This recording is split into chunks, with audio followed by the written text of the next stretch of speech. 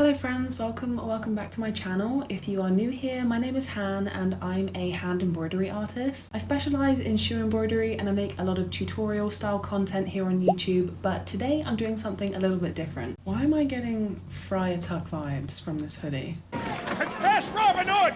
That Friar Tuck is a braver, holier and wiser man than thou art!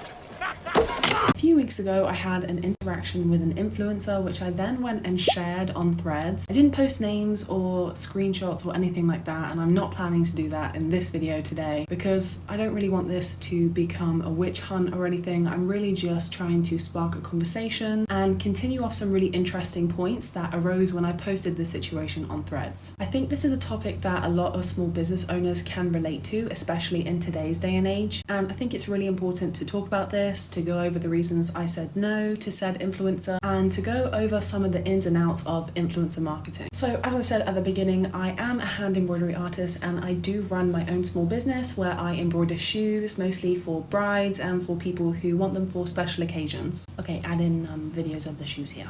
Each of my designs can take upwards of 4, 5, 6, sometimes even 12 hours to hand embroider, which I think is really important to note because I don't just have stock sitting around. These are custom made hand embroidered products that often come with personalization and color schemes that fit the bridal color scheme, the color scheme of the wedding, etc. In the past couple of years, my business has grown exponentially, and this is due to social media. I put a lot of time and effort into content creation around my hand embroidered shoes, going viral on social media a few times and growing my audience on all of my social media platforms has led to a few side effects that I kind of wasn't expecting. It's not uncommon for me to get 2 to 3 messages a day across several different social media platforms asking me for free products in exchange for exposure. This is exactly what happened a few weeks ago when I was reached out to by an influencer who asked me for 8 pairs of my hand embroidered shoes for her and her bridesmaids to wear and create content around at her upcoming bachelorette trip. Now, this happens quite often. I do get reached out to by agencies and such as well who represent influencers, and they ask me whether or not I would accept exposure as well in the form of the influencers creating content around the shoes to then post to their own social media platforms, which in turn will earn exposure for both me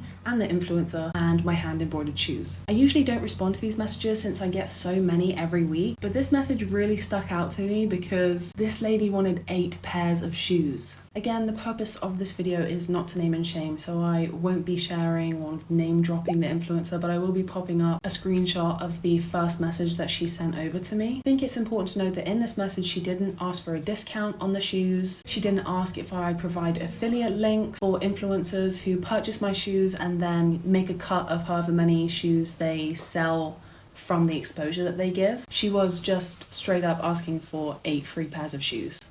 Now, depending on the design, depending on the specific shoes that she had in mind, an order for 8 pairs of my hand embroidered shoes would retail for close to $3,000 US, which would be completely unfeasible for me as a small business owner to just send out in the hopes that it would bring me back some exposure. Now, when I took this to Threads and I posted about it, I did make a little caveat and I said, listen, I totally understand the concept of just shooting your shot and the worst she can say is no, right? And I get that.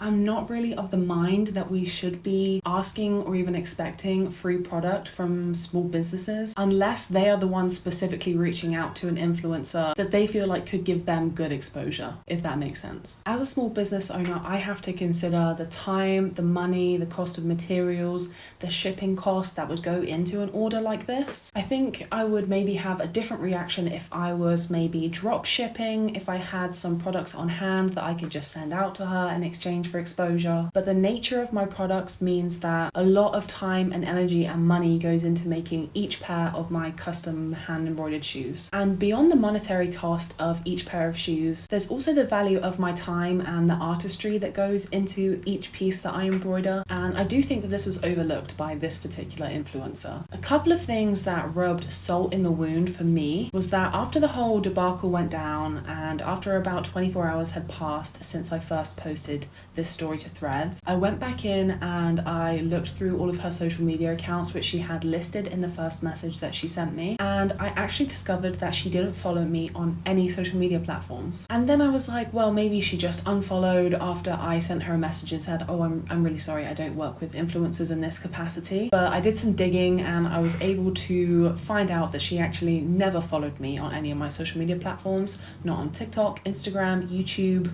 Threads, which I also think is pertinent to the story, because I think we all have companies, brands, artists that we follow on social media that we really enjoy their content, we enjoy their products, and if we were to ever patronize their business, we would probably share our experience and the product that we received on social media because we love it that much. But how are you going to reach out to me and ask me for free shoes when you're not even supporting my art online? You're not supporting my business online. That was something I really was not expecting. Now let's get into the post that I made on Threads and dive a little deeper into that, because there were some really interesting discussions happening in the comments of that post that I kind of want to highlight and go through, because what I really want this video to do is kind of create a space for a conversation around this topic, and also maybe plant some seeds in some minds about the value of small businesses and the artistry and hard work that often goes into a lot of these handcrafted items that we see online these days. So in my original Threads post, I did put a little side note at the bottom, and I said this might be unprofessional, but I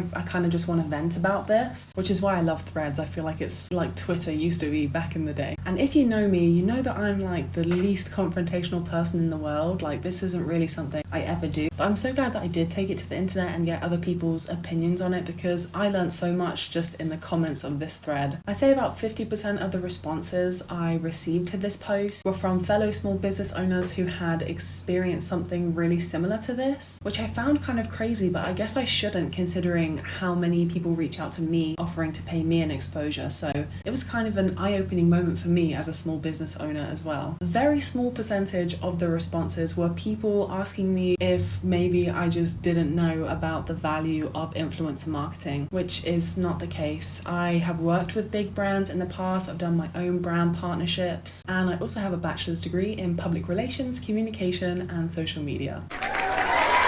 So I really do know the value of influencer marketing when it's used right. When it's used right, good influencer marketing can really change the trajectory for a business. However, I don't think this is the case here, and I said this on Threads, I'm gonna say it again. I really hate to compare following sizes across social media platforms, because it feels like a wiener measuring contest. It really does. It's like, oh, I have this many and you only have that many. I don't like it. It feels really icky. However, it's pertinent to this situation, because the influencer that reached out to me had maybe 5% of my following across social media platforms, which means the exposure I would have been granted in exchange for 8 pairs of shoes would have likely been much less than the content I post to my own social media channels. Yeah, so although that feels like kind of icky to say, I think it's true that this influencer wasn't necessarily even in my niche or somebody that I would have reached out to work with in this kind of situation. So the day after I received this message from the influencer, I did respond to her and let her know that I don't work in exchange for exposure, but she's welcome to purchase the shoes, and I'll be happy to repost any content that she does create, if she wants me to, onto my own social media platforms, where I have a following of over 300,000 across all social media platforms. This is when things went even further downhill. I got a response from said influencer a couple of hours after my own response, and it wasn't very kind. I'm not going to share a screenshot of that message, but just know she was not happy with this response. And then later she also messaged me to let me know that somebody had alerted her to the Threads post that I made. Again, on Threads, I didn't share any names or messages or accounts. I just shared my personal experience with somebody on the internet. So in conclusion, I would like to say I don't think that all influencers are like this. I have met and worked with a lot of influencers that are really truly lovely people and work super hard. However, I also don't think that small businesses should be approached and asked for free product in exchange for exposure, unless they are the ones reaching out to said influencers in the hopes of working with them. I just don't think that this is something that small businesses should have to deal with. Big corporations like Walmart, Target,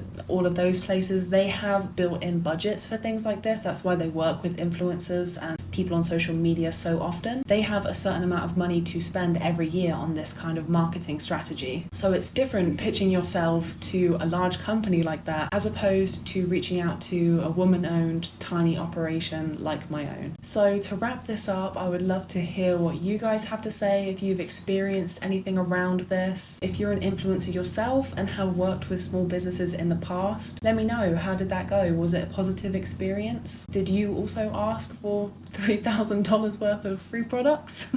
Based on so many of your guys' recommendations on Threads, I have set up an FAQ in my messages. So if anybody reaches out in the future asking me for a bunch of free products, they're just going to get hit with the FAQ response and I don't have to deal with that anymore. That sign can't stop me because I can't read. And if you are one of the people that left a lovely message on the thread that I posted, thank you so much. I did try and read all of those comments, but it got kind of crazy there in the end. I don't think I was able to get to all of them, but just know I really appreciate you all. Thank you so much for watching this video. I hope it wasn't too rambly. I didn't write a script for this. I just kind of went right in and probably butchered it. But yeah, thank you so much for watching, especially if you've gotten to the end. If you wouldn't mind leaving me a like, I would so appreciate that. I think it really helps out with the YouTube algorithm gods, and it'll help to push this video out to more people on YouTube. And I'm really trying to grow a more interactive following over here because I really love making videos. I'm planning on filming some more small business oriented content, some embroidery vlogs, some weekly small business vlogs over the coming weeks. So if that sounds like something you want to see, I would recommend hitting that subscribe button down here somewhere and maybe turn those notifications on so you don't miss the next time I post. Thank you so much for watching, and I will see you again in my next video. Bye!